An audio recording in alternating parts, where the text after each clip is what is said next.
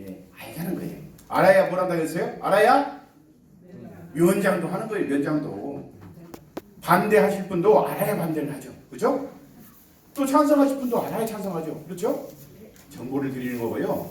또 이렇게 개발할 수 있습니다. 재개발도 할 수 있고요. 요새껏 장기전집도 할 수 있는데요. 뭐가 다른지 알려드리는 그 내용이고, 난 이것도 싫고 저것도 싫어, 나 개발 안 할래. 그래도 관계없어요. 그러니까 제발 어디 가서 구청에서 뭐 개발을 하고 막 설치고 다니더라 이러시면 안 됩니다. 알았죠? 예. 그리고 저희 청장님 새로 오셔가지고 우리는 아주 힘들어졌어요. 청장님 말씀대로 우리 이런 설명이 안 했어요. 여러분들 처음이죠 이런 설명에? 예. 그냥 뭐 법에서 하게 돼 있는 법정 설명이가 있어요. 그것을 저희가 법에서 해야 되니까 어쩔 수 없이 해. 그러면 이거 우리 이렇게 개발하는데 이 사업은 어떤지 저 사업은 어떤지 설명 좀 해주세요. 우리 안 했어요. 근데 우리 열심히 하시는 청장님 모시니까 저희가 힘들어졌습니다. 그래도 여러분들이 정말 이 지역에서 꼭 필요한 정보라면 저희가 이렇게 찾아뵙고 설명을 좀 드릴 테니까 오늘이 이제 편안한 마음으로 들으시기 바랍니다. 그리고 이제 이렇게 하다 보면 어떤 분들은 좀 이렇게 시비를 하게 뭐랄까 말을 잘못하면 안 되는데 시비를 잡는 분이 있어요. 우리 저 신당 사거리가 설명회 하면서 이렇게 다른데 다 도시 서울의 중심, 대한민국의 중심 이런 중구가 어디 면사무소만도 못하지 않습니까? 5층짜리가 뭐 65%가 5층 이하의 낡은 건물이래 30년 이상. 그랬더니 민원이 들어왔어요. 안병석 과장님 좀 잘라. 징계줘. 왜? 면사무소를 비하했답니다. 그때 좀 내가 말 조심할게요. 예. 하다 보면 나도 모르게 이해하기 쉽게 하다 보니까 조금 좀 신설이 할 수 있어요. 제발 좀 너그럽게 이해해 주세요. 예? 제가 사람이다 보니까 실수할 수 있어요. 그러니까 저는 실수하면 아이고 저 실수하는구나 좀 너그럽게 봐주세요. 진정서 4장 써가지고 안병석 과장님 면사무소를 비하했습니다. 그런 나쁜 공무원을 처벌해 주십시오. 지금도 진정을 한 10번 넘고 있는 분이 있는데 제발 부탁입니다. 예. 그리고 마음에 안 드시면 가시기 전에 저를 불러가지고 이 자리에서 예단 주고 끝냅시다. 알았죠? 네. 여러분 집에 가서 컴퓨터에 앉아가지고 밤새도록 4장짜리 진정서 쓰려면 힘들어요. 그렇게 해줘요. 예. 야 그리고 제가 또 말씀을 드리는 것은 대답도 열심히 해주시고 궁금한 것도 열심히 물어보고 우리 재미있게 하자고요. 재미있게. 아셨죠? 예. 대답 잘하십니다.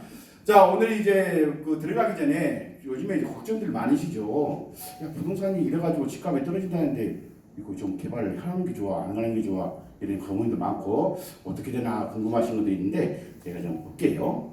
10월 5일자에 중앙일보에서 유연기사가 났습니다. 각종 주제로 인허가가 막힌 서울의 재개발 재건축 분야 서울의 분양절벽 장기화 전망. 무슨 장이냐면 서울에 아파트가 없답니다. 정부 바뀌어서 옛날부터 주택 공급 활성화 뭐 이렇게 해서 주택을 늘리겠습니다. 발표는 엄청 많이 하는데 정작 발표하고 나서는 아파트는 없어 물건이. 그리고 인허가 난 것 허가를 받아야지 준공을 하잖아요. 허가 난 통계를 봤더니 어떻게 됐어요? 작년에 대비해서 38% 거의 40%가 감소했어요. 허가 자체도 안 내. 또 물량도 많지 않을 것으로 전문가들이 전망하고 있다. 그래서 서울의 아파트를 분양하려고 하는 것들이 85%가 밀려서 청약 대기자들은 청약 통장 20년 30년 놓고 1순위 돼가지고도 기다려봐야 서울의 아파트 얻기는 하늘의 별 따기가 됐다. 물량이 있어야지 뭐 청약을 하든 말든 할 거 아니에요. 그래서 이런 기사가 났고요.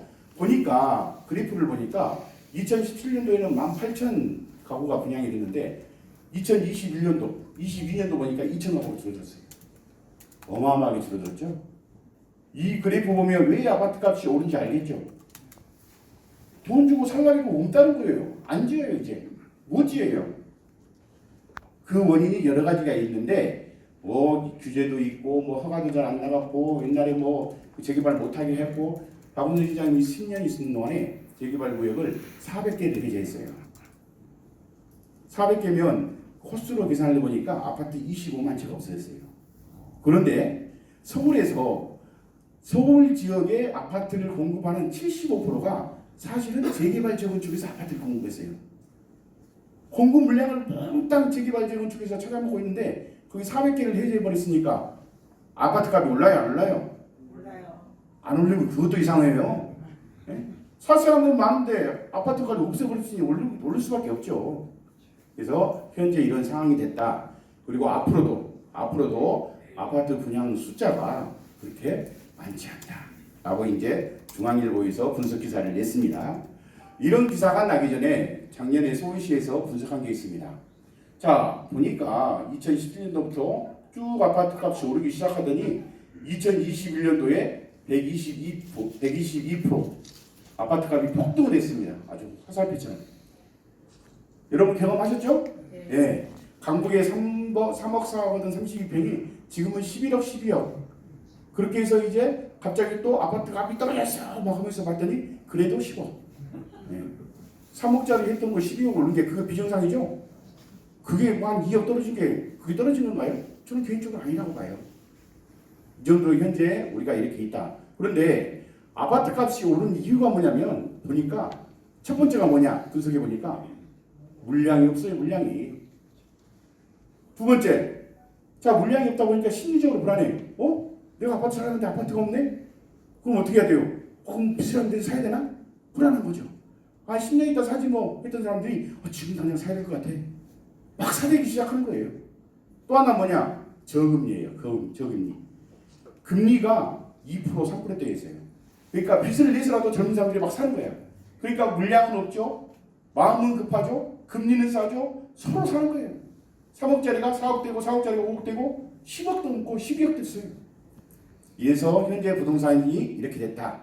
이겁니다. 결국은 이 지금 이 가격 급등 원인 중에서 물량은 지금도 부족하는 거 앞에 말씀드렸죠? 사고 싶은 심리 지금 집 사고 싶은 마음이 싹 없어졌나요? 안 그래요. 지금이라도 기회만 되면 사고 싶어요. 또 하나 변수는 뭐죠? 저금리. 근데 지금은 이 저금리가 어떻게 됐어요? 어제 뉴스에 보니까 주담대 대출금리가 8%. 그래서 200만 원, 300만 원 월급 받는 젊은 사람들이 빚내서 집 샀더니 이자만 한 달에 150만 원. 월급이 반토막이 나가서 집 산 사람들은 아이고 나 죽겠네 하고 있답니다. 현재 이런 실정이다. 그래서 이 지금 현재 세계적인 경기가 지금 여러 가지 요인에 의해서 침체하고 있는데 이것만 정리가 되면 고금리는 다시 꺾이게 돼 있고 꺾인다면은 다시 집값이 오를 상황이 또 재현되게 됩니다.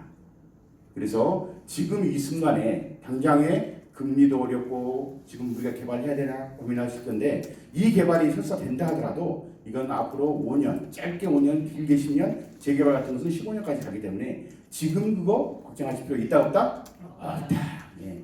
그래서 그 정도 개념을 좀 보시고요. 또 하나 서울시에서 보니까 분석하는 게 있어요. 자, 서울시가 이대로 가면 2030년도에는요 서울 시내에 집이 단 한 채도 분양할 게 없답니다. 2017년도에 18,000호 분양했는데 올해 2,500개 분양이 안 됐어요. 2030년도에 가면 이대로 놔두면 2030년도에 서울 시내 새로운 아파트가 하나도 없다는 거예요. 돈 주고도 새 아파트는 없어서 못 들어간다. 이런 통계가 지금 나와 있어서 그래서 정부에서 이제 집을 빨리 짓자. 그래서 주민들한테만 맡겨놓으니까 서로 싸워요. 그래서 공공주택 복합사업이라고 해서 정부에서 집을 직접 짓자.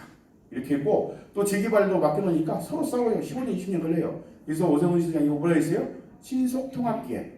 과거에 구역 지정하는데 한 5년씩 거의 여유 있게 했는데 급해. 이제 집 빨리 안 되면 큰일 날 수 있어. 그래서 빨리 하자. 그래서 여러 가지 정책들을 내놓고 있다. 이렇게 이해하시면 될 것 같고요. 이런 기조에 의해서 역세권 사업도 이제 시작이 됩니다. 자, 서울시는요 이제 급하다 보니까 이제 어떻게든 빨리 주택을 공급을 해야겠다고 생각이 들었죠. 높이도 풀어주고 용적률도 더 줄게. 왜? 입맛이 땡겨야지 밥을 먹죠. 그렇죠? 입맛 땡기게 해주는 거예요. 개발 방식도 여러 가지로 내놨어요. 이것도 해보고 저것도 해보고 해서 그 중에서 유리한 걸로 골라서 개발하십시오라고 지금 시장에다 내놓고 있습니다. 그리고 용도지역의 조정 원칙이 또 한번 참고를 드리는데요. 여러분 중에서는 또 이런 분이 있어요. 장충동은 현재 여러분들 높이 제한이 얼마나 걸린지 아세요? 16m. 세상에. 내가 2종이고 3종도 있는데 내 땅에다가 16m면 상당 355, 5층 이상 못 짓게 해놨어요. 왜 그렇게 했어요? 경관의 질문. 사람 미치겠어요. 그죠?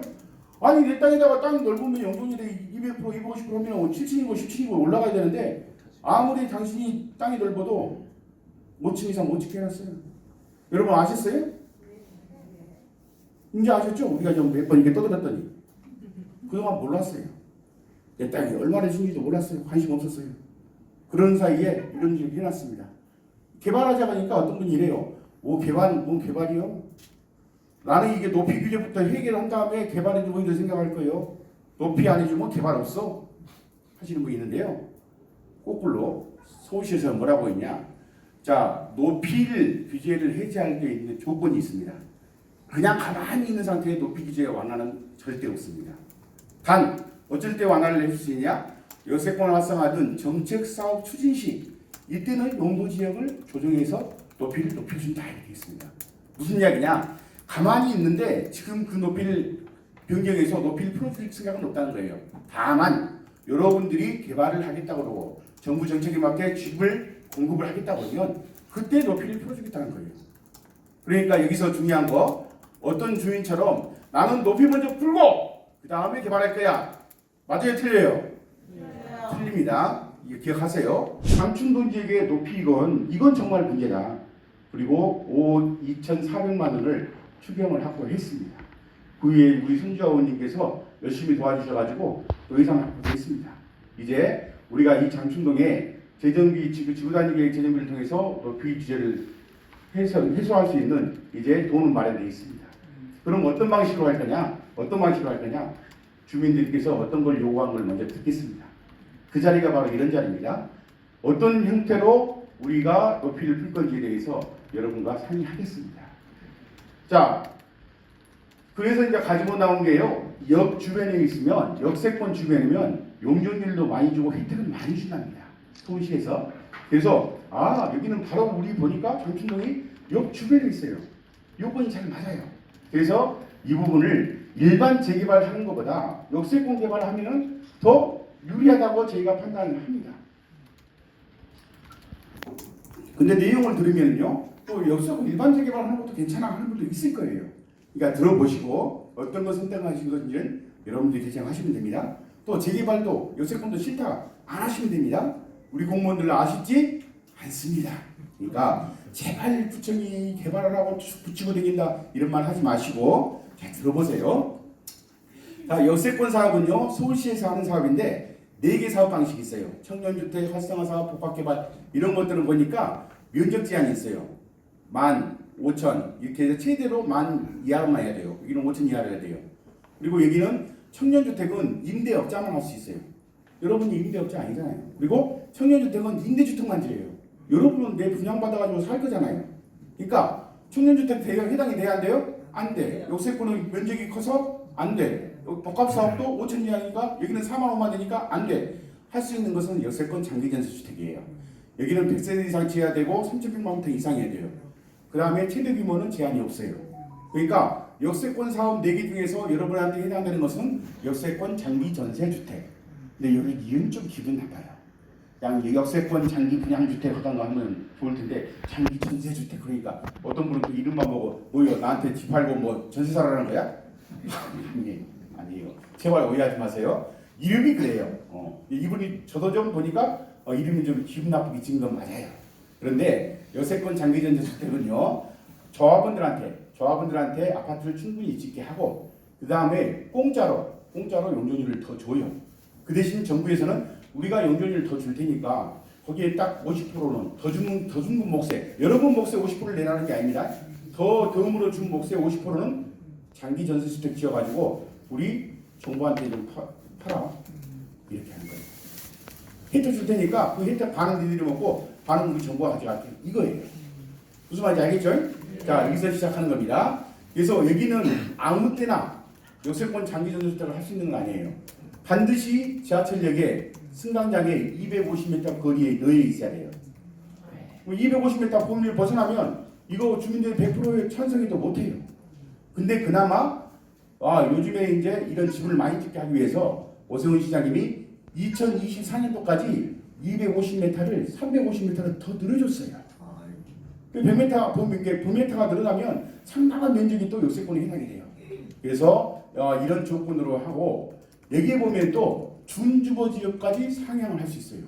보통 재개발은요 2종 7층이면 12층까지 2종 10층이면 준주거에서 한 단계만 올라가는데 여기는 최대 2단계까지 올려주겠다는 겁니다. 그래서 이 역세권 장기세대 주택은 사업 방식이 재개발 방식이나 또 사업 계획성이나 건축허가나 이렇게 해서 여러 가지 사업 형태로 의해서 할 수 있다 이렇게 되어 있고요. 여기에 보면 상품 특징이 되어 있죠. 단지형에서 조합원들 아파트 가져가고 일반 분양도 가져가고 그래서 분양주택 유지를 하는 거예요. 실제로는 전세주택에서 다 전세만 살아라는 이야기가 아니고 분양주택을 우선하고 덤으로 준 용적률에 많은 전기 전세주택으로 해서 정부가 가져갈게 이 이야기예요. 조합원들한테 전체 단지에서는 분양주택이 훨씬 더 많아요. 이름이 좀 잘못됐죠. 원래 많은 쪽으로 해서 이름을 붙여야지 적은 쪽으로 해서 이름을 붙여가지고 전세주택에서 사람 기분 나쁘게 하긴 했어요. 자 이렇게 보면서 시작을 할게요. 여기에 보면 자세한 게 나와 있는데요. 중요한 거. 그런데 이 계획을 세우려면 먼저 계획 세우기 전에 토지 등 소유자 50% 동의가 있으면 그 계획을 서울시에서 검토를 해줘요. 무슨 이야기냐? 우리 장기 전세주택 하고 싶어요. 하는데 토지 등 소유자들이 동의를 안 해요. 말은 하는데 동의서를 안 내. 이 동의서가 사업을 하자는 동의서가 아니고 우리 장기 전세주택 할 테니까 검토해 주세요 하는 동의서인데도 안 내. 안 내면 검토조차 안 하겠다는 거예요. 그러면 50%를 내면 저희 서울시가 중구청하고 서울시가 일단 검토는 하겠다는 겁니다. 검토해서 몇 층을 줄게, 얼마를 줄게 하고 협상을 시작하는 거예요. 그래서 이 사업이 이런 방식이다 이렇게 되어 있고 그 대신에 아까 말씀드렸죠. 우리가 덤으로 용적률을 더 줄 테니까 역세권이니까 역 주변에 상권도 발달되고 사람도 많이 사니까 덤으로 원래 너희들이 가지고 있는 게 100이야. 근데 우리가 100을 더 줄 테니까 50%는 우리 정부한테 바쳐 이 이야기예요. 여러분 못 뺏어가는 거 아니에요? 더 주는 몫에 50%를 나눠 먹자 이거예요. 그래서 우리 공공기업이라 해가지고 이런 대규모 개발을 하면 기부 체납을 해야 되는데 여기는 어떤 식으로 하느냐? 땅이나 도로나 공원으로 하지 말고 아파트로 해가지고 그걸 정부 몫으로 가져가겠다는 거예요. 그래서 일반 재개발하고 좀 틀린 게 그런 내용입니다. 자, 좀 더 자세히 들어가 볼까요? 여기에 보면요, 장기 전세 주택을 하려면은 아무 때나 대낮게나 신청만 하고 맘만 먹으면 되는 게 아니라 요건이 있어요. 자, 역 승강장으로부터 350m에 들어옵니까? 여기 보니까 여러분들 뭐라고 되어 있어요? 적하. 왜 들어오네요? 장춘동은 도로 기준은 관계없고 면적 기준 3,000평방미터 이상 됩니까? 아 예. 보니까 이렇게 구역을 그려와서 보니까 여기가 58,000 정도 돼요. 꽤 넓은 땅이죠? 오 적합하네요. 또 대낮게나 무조건 하는 게 아니라 건물 낡은 건물이 30년 이상 된 건물이 30% 이상 돼야 되고 노후도가 60% 이상이 돼야 돼요. 여기 보니까 장춘동은요. 여러분들 어떻게 살고 계십니까? 세상에 순직으로 하면은요 일단은 법적 상한 용적률은 똑같은데 상한 용적률은 똑같은데요 법적 상한 용적률 해가지고 우리가 더 인센티브로 받을 수 있는 용적률이 엄청 커져요. 그래서 당초의 용적률은 250%까지인데 이걸 우리가 전기 전세주택을 지어가지고 정부한테 줌으로써 최대 700%까지 먹을 수 있어요. 세죠? 네. 욕심나죠? 네.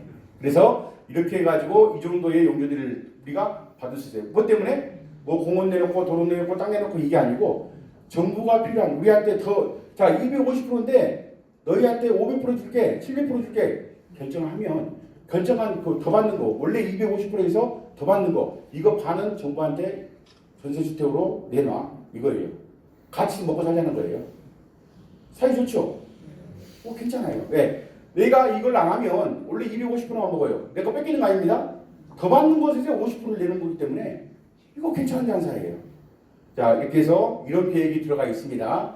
그런데요 여러분들의 특징을 보니까요 자 이 구역을 정해놓고 역세권에 두에서 돌려봤더니 여기 두 개 있어요. 동대 입구역이 있고 동대문 역사문화공원역 난 이 역은 이름이 길어서 짜증나 그냥 이제 물으려면 전화하면 동대문 역사문화공원 얘기해서 동대 입구역하고 두 개 여기 있는데요. 여기서 뺑뺑 돌려봤더니 250m에 걸리는 것은 여기 꼬다리에 걸리고 또 동대문 역사문화공원 여기서 걸리는 것은 이렇게 걸려요. 가운데는 250m가 돼야 안 돼요? 안 돼요.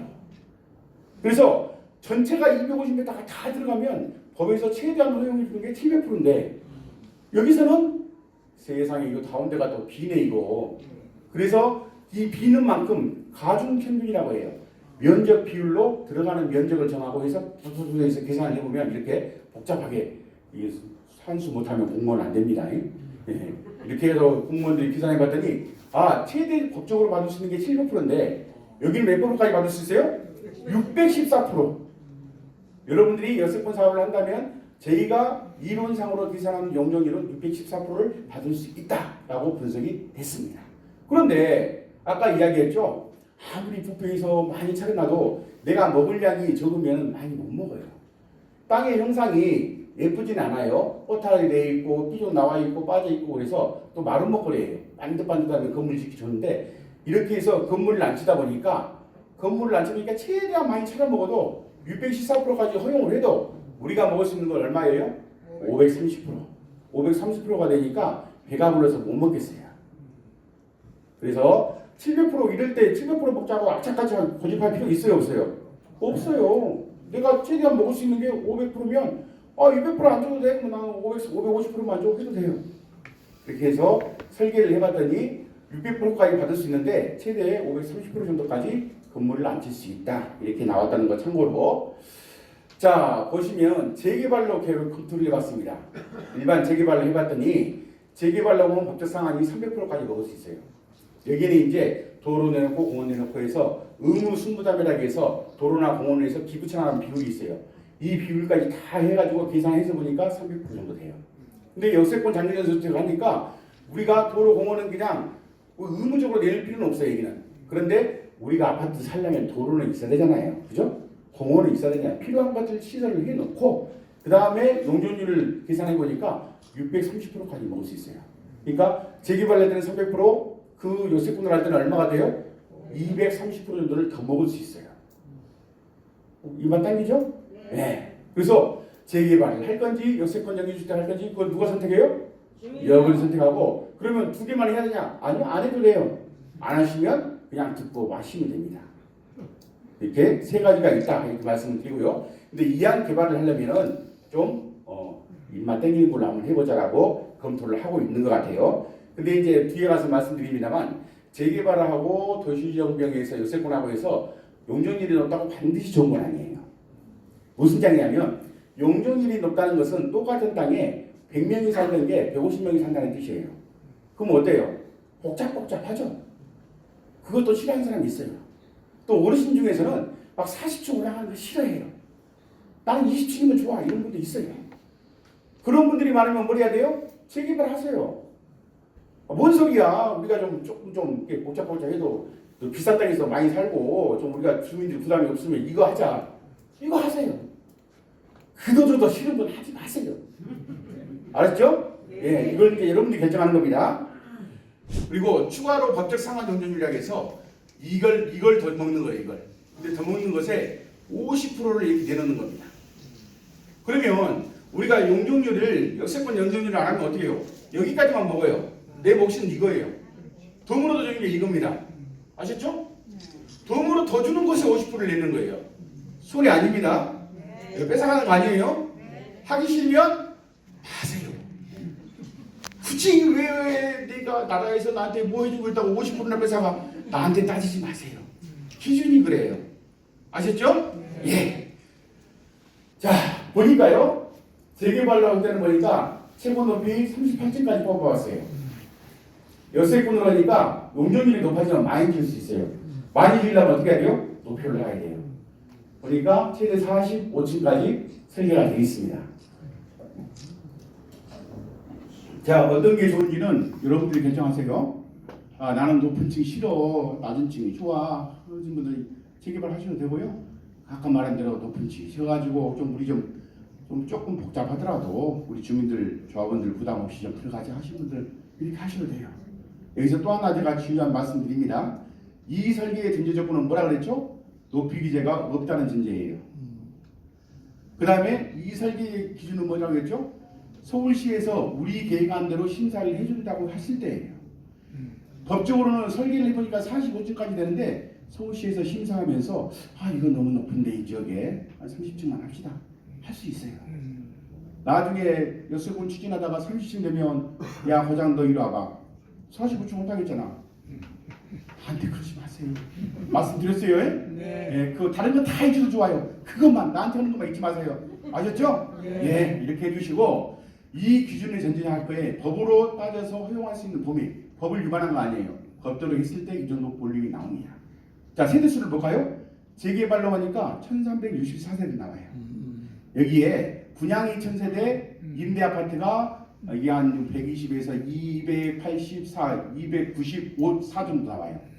이게 294, 분양 임대 아파트가 300세대, 분양이 1000세대에서 1364세대를 지을 수 있어요. 재개발로 할 때는 이제 의무 임대학에서 15%를 무조건 임대 아파트를 지어야 돼요. 기분 나빠도 지어야 됩니다. 그다음에 국민주택 이것은 재개발하면서 인센티브, 용적률을 더 먹으려면 좀 내놔야 되는 거 있는데 거기에 이제 국민주택 규모로 해서 이렇게 주택을 내놓는 게 이렇게 해서 보면 재개발해서 내놓고 내놔도 1364세대가 돼요. 역세권에서 보니까요 2221세대 많아졌죠. 많아지면 어떻게 해요? 똑같은 땅에서 좀 부딪히겠죠. 네? 자 이렇게 해서 이게 왜 가능하냐? 도시정비형의 역세권 장기전세 주택은요 이 용적률의 비율만큼을 가져가기 때문에 거기다가 10평을 짓든 30평을 짓든 임대아파트 비율만 주면 되기 때문에 관계없어요. 그래서 이야기면 아파트가 작은 아파트 많은 것보다는 벌집같이 큰 평수 많은 게 좋죠. 30평 줬어요. 어떤 분은 또 그래요. 야 난 42평 갖고 싶은데 왜 42평 안 지었어? 이건 천리 누가 있어요? 우리가 해봤어요. 42평 지을 때는 어떻게 해야 돼요? 여러분들이 설계하세요. 42평도 넣고 60평도 넣으시라고요. 근데 우리는 설계해볼 때 이렇게 해봤다 그러는 거고 요즘에는요 가족들이 더 어르신들이 계시지만은 예, 가족들이 다 거의 안 살잖아요. 근데 적은 평수가 인기가 있어요. 25평대가 제일 잘 나가고요. 30평대, 40평대 같은 경우는 유동성이 떨어집니다. 아파트에서 이게 사고팔고 할 때 가격이 제일 늦게 오르고 제일 빨리 떨어지고 이게 40평대라서 일단은 저희는 이렇게 해봤습니다. 또 특히나 그 중구같이 시내에 있는 그 집들은요 여기 보이면 세운 같은 데도 지금 연말에 우리가 한 2000세대가 들어오는데 거기가 전부 다 7평, 10평짜리예요. 젊은 사람들이 들어와요. 시내일수록 땅값이 비싸기 때문에 아파트가 10평이어도 한 10억 돼요. 그래서 평수가 크면 분양이나 이런 데도 어려울 수 있어요. 그래서 계획은 이렇게 해봤고요. 굳이 필요해서 42평 지을래요? 60평도 지을래요? 여러분이 설계할 때 하세요. 하시면 됩니다. 이렇게 해서 세대수는 달라지겠죠? 이렇게 했다. 그래서 보니까 주택 재개발보다는 장기전세 주택이 내가 정부한테 좀 뺏기더라도 주더라도 조금 더 이익인가 이렇게 나올 수 있다는 겁니다. 자, 이 정도 이렇게 됐고요. 높이 보니까 여기서 이제 이건 여기 횡단면도라서 폭이라든가 길이라서 별 의미 없는 거고요. 막 이런 정도로 해서 아파트들이 선다.